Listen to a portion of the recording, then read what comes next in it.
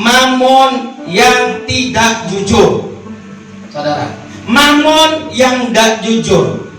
Ayat 11 berkata, jadi jikalau kamu tidak setia dalam hal mamon yang tidak jujur, siapakah yang akan mempercayakan kepadamu harta yang sesungguhnya? Nah, saudara, mamon adalah kata lain dari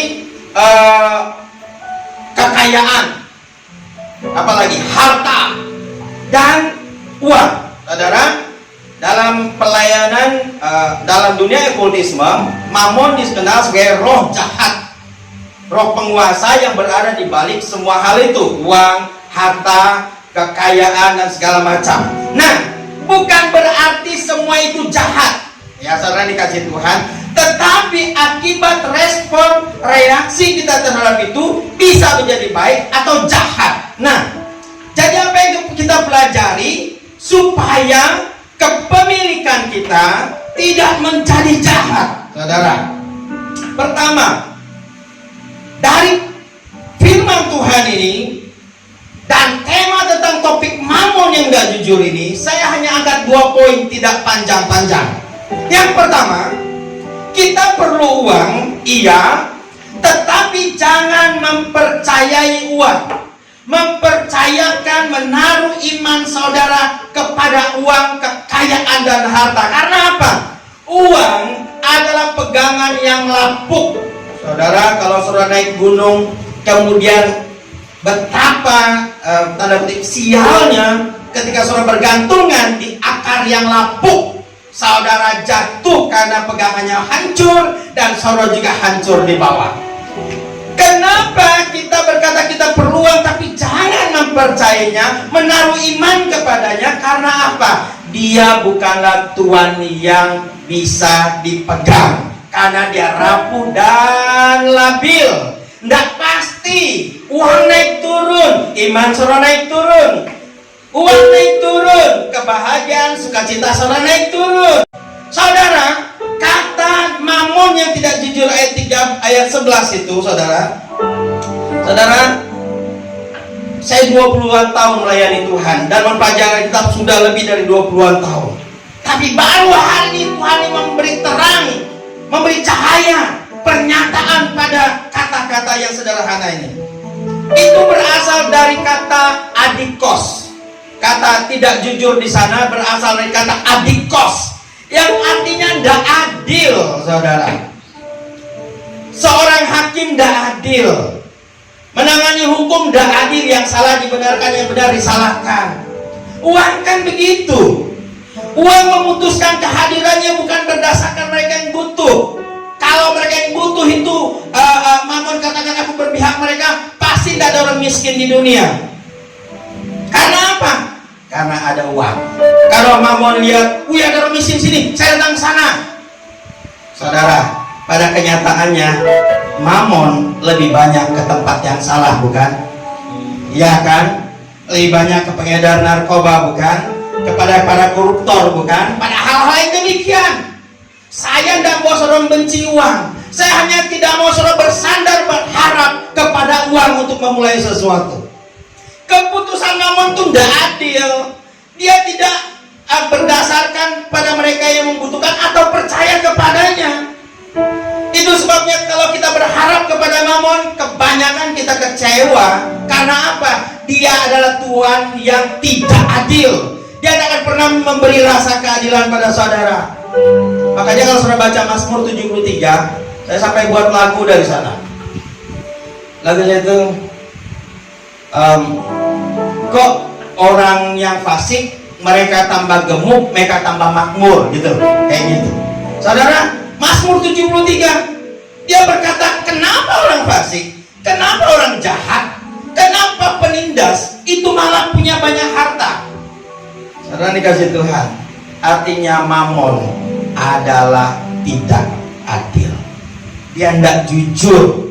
Kata tidak adil, adikos, itu sama dengan kata deceitful. Artinya apa? Pembohong, liar, palsu, dusta. Apalagi suka memperdayakan. Saudara, tanam ini baik-baik dalam kepalamu. Mamon itu, uang itu tidak jujur.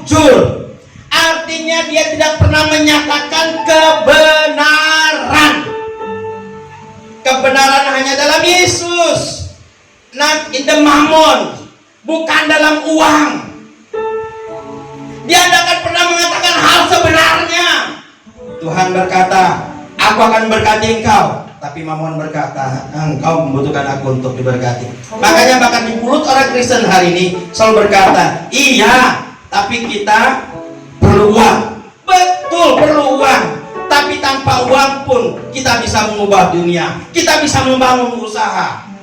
Loh, yang kita cari di sana apa? Uang. Iya, benar. Tetapi bukan uang tujuan kita. Bukan uang Tuhan kita. Tuhan kita adalah Tuhan yang menyatakan kebenaran, yang memberikan uang. Uang tidak bisa membeli hadirat Tuhan. Tetapi Tuhan bisa memberi uang. Saudara, saya harus memaksa saudara, ayo naikkan iman di tengah krisis. Kalau saudara percaya kepada mamon, uang, saya mau beritahu dia akan terus-menerus berbohong kepada saudara. Ketika kau membutuhkan dia, dia lari. Karena apa? Karena uang itu, yang tidak jujur itu, atau harta itu treacherous. Artinya apa? Pengkhianat, suka mencurangi, curang. Makanya lagu Kemenangan itu kan, kau curangi aku, apa gitu? Hianatin, kau curangi aku. Amen. Uang itu pengkhianat.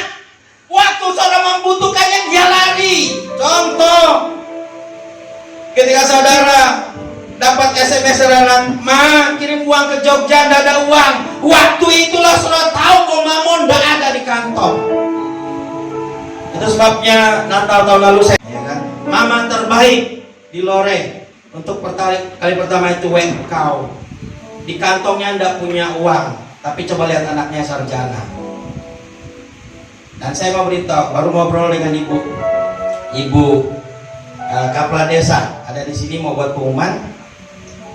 Dia ceritakan anak-anaknya yang putus sekolah, dan dia berkata, saya bersuka cita anak saya yang putus sekolah ini pintar cari uang.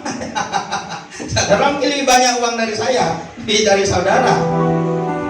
Saya mau beritahu pada saudara hari ini, tidak ada kebenaran yang bisa dinyatakan dunia ini kecuali kebenaran dalam Kristus. Saudara, uang adalah pengkhianat. Tapi kalau saudara percaya pada Tuhan yang tidak pernah berkhianat, yang selalu jujur, dia akan memberikan uang pada waktu kau membutuhkan. Saudara, satu hari beberapa tahun lalu dunia dikejutkan dengan matinya salah satu anak konglomerat dunia yang punya konglomerasi bernama Samsung. Seorang gadis yang diharapkan mewarisi kekayaan keluarga, tiba-tiba terlihat terkapar di tanah, melompat dari lantai ke-6 kalau tidak salah, sebuah apartemen berlimpah-limpah kekayaan. Tapi apa yang terjadi? Dia bunuh diri. Pada zaman kita dulu, kalau anak muda, remaja dan tidak ingat, makasih Pak, tidak ingat sudah namanya, atau tidak pernah tahu namanya Elvis Presley. Rock and roll man, dia tokoh yang hebat, kaya. Dia punya limusin itu, catnya itu dari emas yang dihancurkan, kemudian berlian yang dihancurkan, kemudian dioles di mobil limusinnya. Dia punya 2 pesawat jet pribadi, mobil bertumpuk, rumah segala macam, semua kemewahan. Saudara, ada orang pikir dia bahagia. Suatu hari manajernya ketika mereka hendak show, masuk menemui dia. Dia lihat Elvis Presley dengan tampang sangat murung memainkan piano. Lagu yang dimainkan itu bukan lagu rock and roll. Dia mainkan Amazing Grace, how sweet the sound. Dan manajernya tanya, bagaimana perasaanmu? Dia berkata, alone, sendirian. Saudara kasih Tuhan, kalau hari ini saudara berkata, seandainya punya lebih banyak uang, saya akan bahagia. Saudara salah. Saudara harusnya seperti kata-kata lagu tadi sebelum firman, lebih banyak hadirat Tuhan, saudara akan menjadi orang sangat diberkati.